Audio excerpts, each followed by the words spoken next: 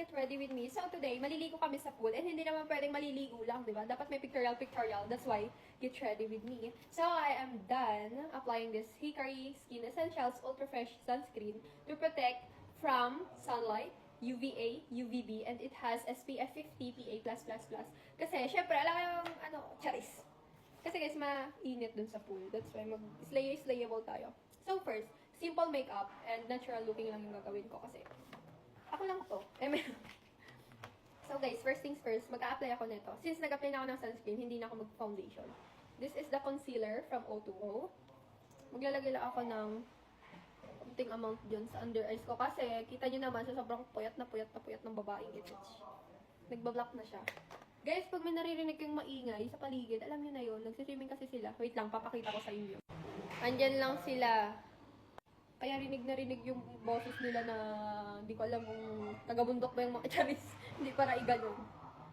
Kung nakikita nyo guys, di ba tirik na tirik yung araw dun sa swimming pool? Finger ko na lang yung gagamitin ko. Kasi bakit hindi? Tinatamad ako eh. O diba? Natago niya agad. Ang kunti lang na amount na nilagay ko girl. Isang dip lang yun. Isang ganun lang. Diba? Ganda. And of course, blush on from BLK Cosmetics. Pero ano lang. Kuntik lang. Yung parang ano lang. Naarawan. Sunburn yun.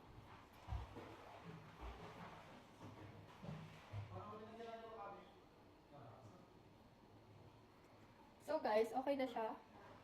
Tignan nyo, natural looking lang. And then, after that, maglalagay na ako ng fixing powder from Issey. And wala tong coverage guys. As in, ano lang siya. Pang set lang ng makeup.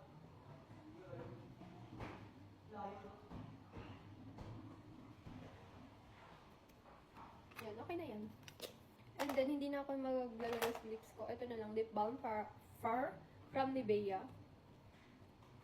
Kasi sobrang drying na ng lips ko. That's why I need to, treat this. Kasi kung lagay ako ng lagay, mas lalo siyang lumalala.